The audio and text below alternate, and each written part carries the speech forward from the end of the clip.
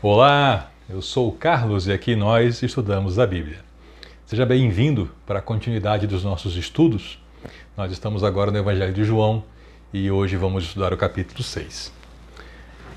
Eu apresento aqui mais uma tradução da Bíblia, nessa ideia de você conhecer um pouquinho mais sobre diferentes formas de acompanhar o texto sagrado.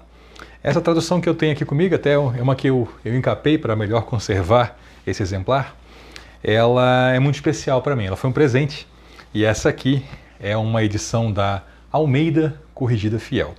Almeida são as traduções feitas originalmente lá por João Ferreira de Almeida e hoje a gente não tem mais nenhuma das originais em uso porque o português a gente não entenderia, um português muito diferente, séculos e séculos atrás. Então essa aqui eu acho que é a edição que ainda preserva talvez o linguajar mais antigo a Corrigida Fiel, ainda que a minha edição esteja usando o novo acordo ortográfico, mas ela ainda traz algumas palavras que de vez em quando tem que recorrer ao dicionário, especialmente no Antigo Testamento.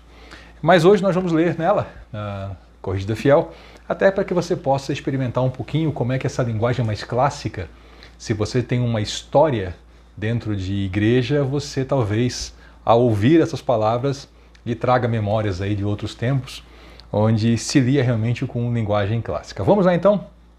Evangelho de João, capítulo 6.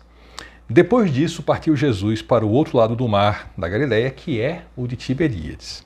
Bom, aqui é aquelas introduções de história que a gente tem que parar e contar um pouquinho de história, né? Depois disso, do que é isso? Nós vimos recentemente o capítulo 5, né? Toda uma conversa de Jesus, todo um discurso dele sobre a relação de pai e filho. E depois disso, então, ele partiu para o outro lado do Mar da Galileia. Só que aqui, se você vem acompanhando o nosso trabalho aqui, você talvez se pergunte, mas espera aí, aquela conversa foi em Jerusalém. Como assim do outro Mar da Galileia? Explico.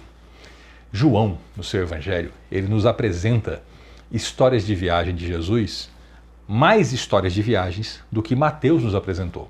Com Mateus, a gente tinha a impressão de um único arco de viagem do ministério de Jesus Cristo, né? Um arco que era do norte para o sul. Aqui em João, a gente percebe que são algumas jornadas norte e sul. Então Jesus sim, no capítulo 5, estava em Jerusalém, ele se desloca para o norte. Quando a gente faz a coordenação com outros evangelhos, a gente percebe que ele passou pela região ali que lhe era mais familiar, de um lado do Mar da Galileia, e então ele atravessou depois o Mar da Galileia. Ou seja, João está nos relatando um pouco mais de viagens, só que com um pouco menos de detalhe. Ele já passa direto para o outro lado do mar, sem contar que Jesus teve que ir para o norte, né, subir.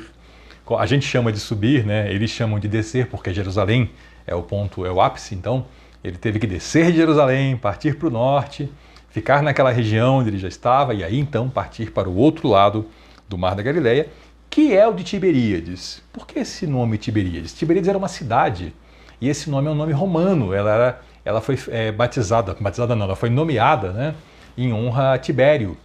E então esse lago também passou a ser conhecido como Lago de Tiberíades, porque a cidade de Tiberíades ficava próxima também ao lago que era o Mar da Galileia. Nós já vimos, era um lago tão grande que para muita gente ele era um mar. Então, por isso, às vezes é chamado lago, às vezes é chamado de mar. Mas não tinha ligação com o oceano, não. Tá? E grande multidão o seguia. Grande multidão seguia Jesus. Por quê? Porque via os sinais que ele operava sobre os enfermos. Aqui eu quero chamar a sua atenção. Multidões, discípulos, apóstolos, são círculos em torno de Jesus. E nós hoje temos que observar isso quanto às nossas vidas. Multidão é simplesmente um monte de gente que está ali pelas mais diversas razões e que não tem um relacionamento com Jesus Cristo. Então ali para ver qual é. Discípulo não, discípulo é um imitador, é um seguidor. E aqui as multidões estavam seguindo especialmente nesse momento, porque viram os sinais que ele realizou sobre os enfermos.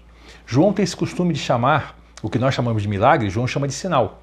Porque João entendeu que tudo isso era para apontar. Apontar para o quê? Para a divindade de Jesus Cristo. Para apontar que ele é o Filho de Deus. Apontar para o fato que ele é o Filho de Deus e que veio à Terra para nos salvar. E a multidão estava seguindo ele nesse momento por causa disso.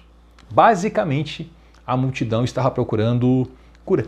Cura para suas enfermidades físicas, para suas enfermidades corporais.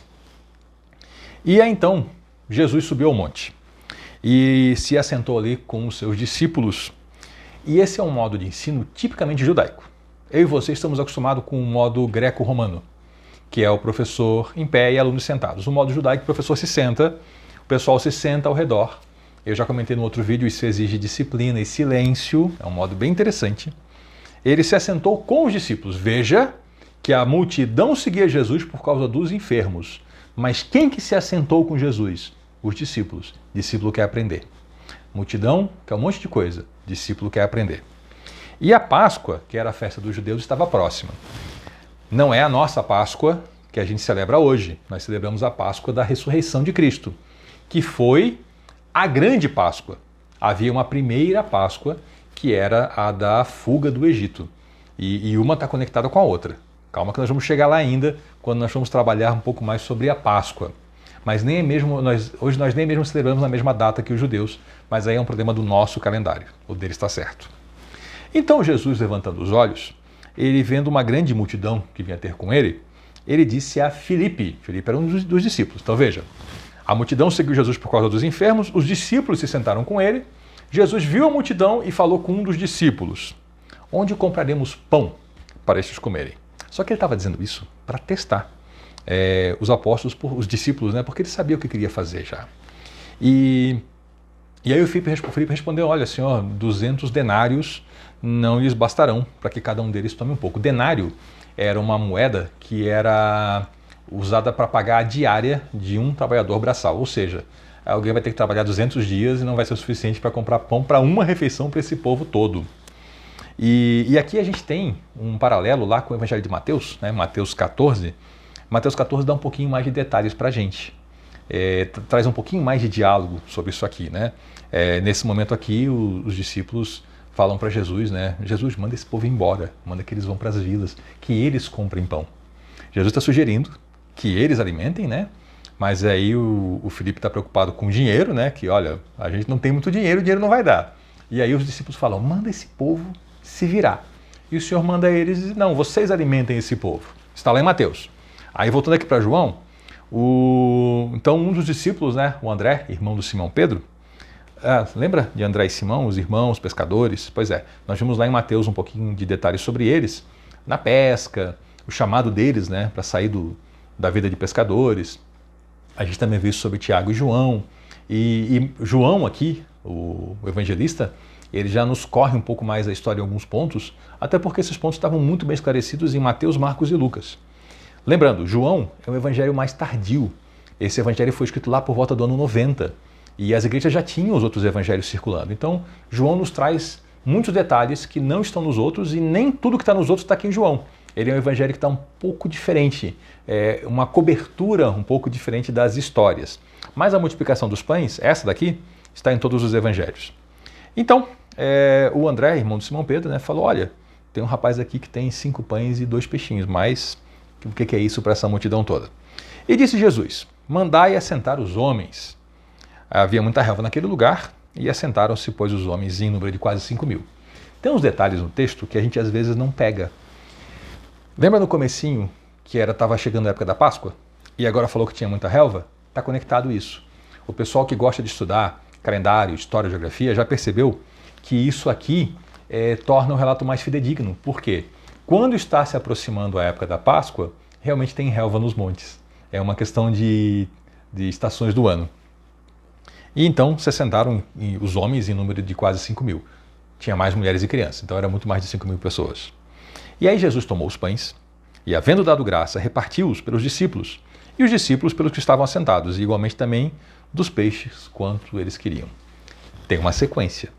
Jesus primeiro dá graças, depois é repartido. Isso é um princípio de vida. Se você tem pouco, se eu tenho pouco, vamos começar agradecendo porque a gente tem. E depois a gente faz a divisão, e aí quem sabe Deus multiplica nas nossas mãos. E quando estavam saciados, quer dizer, a multidão, o Senhor mandou recolher os pedaços que sobejaram, para que nada se perca. Olha aqui o sobejaram. Isso aqui é um termo antigo, português mais clássico. numa tradução mais moderna estaria sobraram. Eu estou apresentando essa tradução aqui, assim como eu apresentei e vou apresentar outras traduções, para que você possa escolher aquela que mais é adequada para o seu estudo, para a sua leitura. É importante que você tenha uma tradução que a tradução não lhe canse, que não seja a sua dificuldade, a dificuldade com o português, mas sim a dificuldade de ler e interpretar os escritos sagrados. Porque se você tiver dificuldade com o português da Bíblia, então é uma camada adicional de problema. Aí eu recomendo que você parta para uma tradução mais contemporânea, como por exemplo a linguagem de hoje.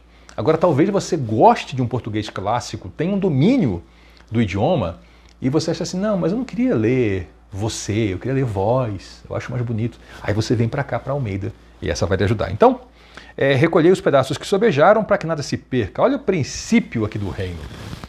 Sem desperdício. Esse é um princípio muito importante que a gente vê ao longo da Bíblia. Deus dá abundância, Deus alimenta a multidão, mas nada de desperdício. Eles recolheram, então, 12 cestos dos pedaços de pães, dos 5 pães de cevada que sobejaram aos que haviam comido. Esses cestos aqui, a palavra original para cesto, não é aquele cesto tipo balaião. É um cestinho menor. É algo quase como que a marmita de uma pessoa. Então, vendo os homens o milagre que Jesus tinha feito, eles diziam, este é verdadeiramente o filho, o profeta que deveria vir ao mundo. Desculpa que eu falei o filho, é o profeta que deveria vir ao mundo. Então, começou essa história com as multidões seguindo Jesus por causa de cura de enfermos. E eles terminam, essa história termina, nesse momento, o povo de barriga cheia, dizendo, esse era o profeta que deveria vir ao mundo. Quem é o profeta? É aquele que Moisés anunciou lá quando o povo, na Páscoa, sai do Egito, vão para o deserto para caminhar até Canaã, e aí Moisés, ao longo desses anos, anuncia para eles que virá um grande profeta. E aí o povo faz a conexão, né? Pô, Jesus curou o enfermo, encheu a barriga deles de pão e peixe, este é o profeta que deveria vir ao mundo. E assim a gente encerra aqui, não o capítulo, mas esse episódio da multiplicação dos pães. Agora, guarde isso. Se você está fazendo anotações, anote isso que eu falei agora, né? Começou a multidão indo atrás de cura de enfermo e termina o episódio com a multidão falando que ele era o profeta. Por quê? Porque ele deu comida. Isso é muito importante. No decorrer da conversa de Jesus com as multidões, ao longo do capítulo 6, a gente vai ver como essa visão do povo estava indo para uma direção errada. Eles não estavam indo para a direção certa e isso vai terminar em um choque. Aqui vai ter um grande movimento aqui de ruptura dentro da multidão e até mesmo entre os discípulos. Aproveite que está por aqui, está gostando, está acompanhando, deixe o seu joinha, se inscreva, comente, compartilhe esse vídeo para que mais pessoas conheçam e volte na próxima, onde a gente vai continuar essa história e você vai ter a oportunidade de aprender mais. Aliás, para aprender mais, aproveite também e conheça aqui nossas playlists. Já temos o Evangelho de Mateus completo, todo explicado do 1º ao 28º capítulo. Já temos também o começo do Evangelho de João e estamos seguindo. Aqui nesse canal você tem essa oportunidade de ver esse material e ir aprendendo. Suas dúvidas, pode deixar também. De tempo em tempo eu faço um apanhado de dúvidas para poder responder e lhe ajudar. Muito obrigado por nos acompanhar até aqui. Eu sou o Carlos e aqui nós estudamos a Bíblia. Até a próxima.